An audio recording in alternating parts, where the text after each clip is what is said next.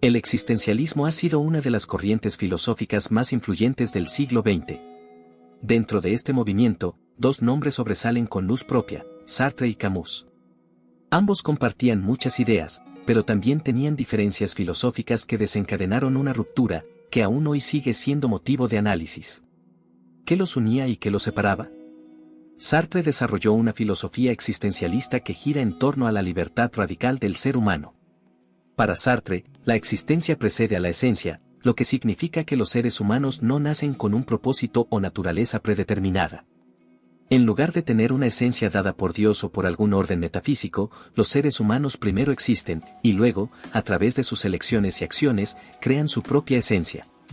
La famosa frase de Sartre, "El hombre está condenado a ser libre", refleja su visión de que la libertad es inevitable, y al mismo tiempo, una carga. No hay ninguna entidad superior que nos dicte qué hacer o qué valores seguir.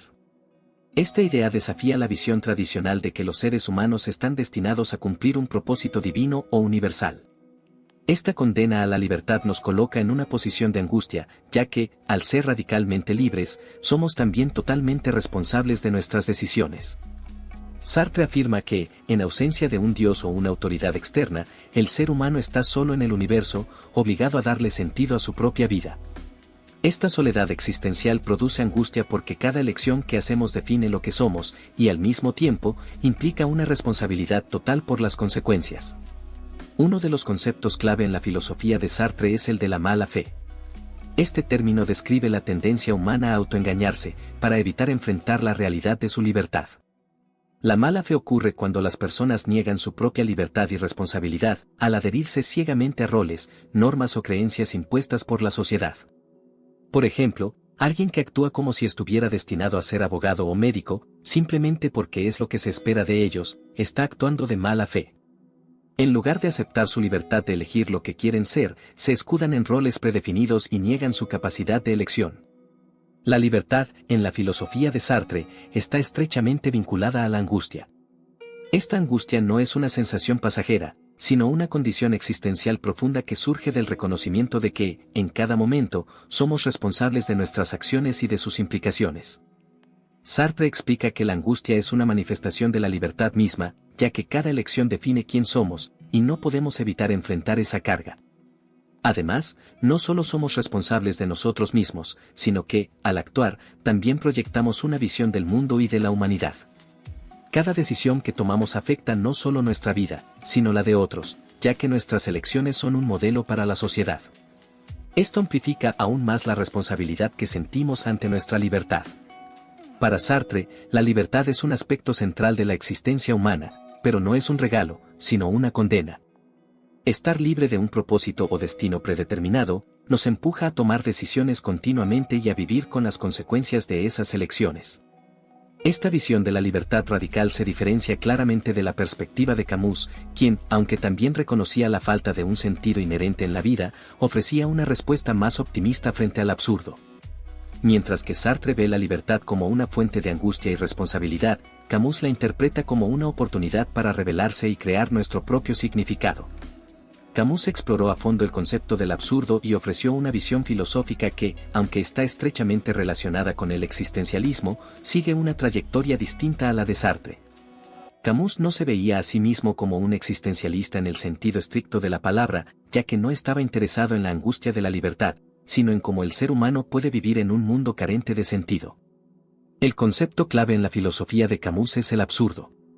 Para él, el absurdo es la contradicción fundamental entre el deseo humano de encontrar un significado en la vida y el hecho de que el universo es indiferente, irracional y carece de propósito inherente. Los seres humanos buscan desesperadamente un sentido en la vida, pero la realidad es que el universo no ofrece ninguna respuesta. Este choque entre nuestra necesidad de comprender y la ausencia de cualquier respuesta coherente genera una sensación de absurdo. Camus lo resume diciendo que el mundo es irracional, pero el deseo humano es profundamente racional. Esta contradicción crea una tensión que lleva al ser humano a un dilema existencial: ¿cómo vivir en un mundo que no tiene sentido? En su obra El mito de Sísifo, Camus utiliza la figura de Sísifo, un personaje de la mitología griega condenado a empujar una roca cuesta arriba, solo para verla rodar de vuelta al pie de la montaña, y repetir este proceso por la eternidad. Camus ve en Sísifo una metáfora de la condición humana. Estamos condenados a buscar sentido, aunque sabemos que no existe un sentido trascendental. El esfuerzo es constante, pero la recompensa no llega. Sin embargo, la respuesta de Camus al absurdo no es la desesperación ni el suicidio filosófico, sino la rebelión. En lugar de renunciar ante la falta de sentido, debemos imaginar a Sísifo feliz. Esta felicidad no proviene de la esperanza de un significado final, sino del acto de vivir plenamente a pesar de la inutilidad del esfuerzo. Camus nos invita a abrazar la vida tal como es, con toda su falta de sentido. Para Camus, la única respuesta coherente al absurdo es la rebelión. Esta rebelión no es una revolución violenta o un rechazo al sistema, sino un acto personal de resistencia frente a la falta de sentido. El ser humano, al darse cuenta de que la vida es absurda, puede rebelarse eligiendo vivir plenamente y con integridad. La rebelión implica aceptar que no existe un propósito mayor, y aún así, decidir vivir de manera auténtica, creando nuestro propio sentido en un universo que no tiene uno. Camus promueve una vida de pasión, creatividad y compromiso con el presente, sin caer en la trampa de las ilusiones trascendentales. La propuesta de Camus no es escapar del absurdo ni encontrar una verdad superior que nos guíe. Su idea es que debemos enfrentar la vida tal como es, con sus limitaciones y su falta de sentido, y vivir con autenticidad. Para Camus, la vida es un bien en sí misma, y el simple acto de vivir puede ser una forma de rebelión contra el sinsentido. El absurdo no es algo que deba vencerse, sino algo que debe aceptarse y, paradójicamente, disfrutarse.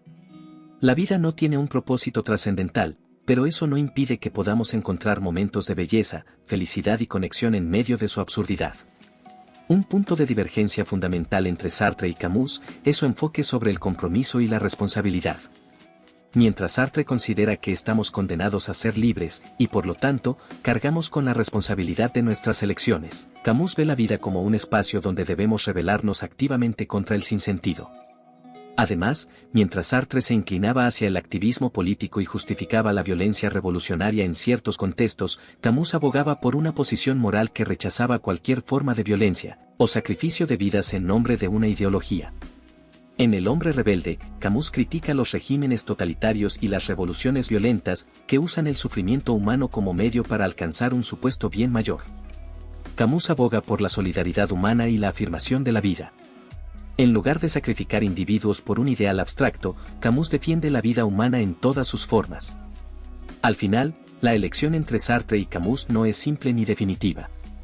Ambos filósofos abordan preguntas esenciales sobre la vida, la libertad y el sentido, pero desde ángulos diferentes. Sartre nos confronta con la cruda realidad de nuestra libertad, mientras que Camus nos desafía a abrazar el absurdo y encontrar belleza en la rebelión.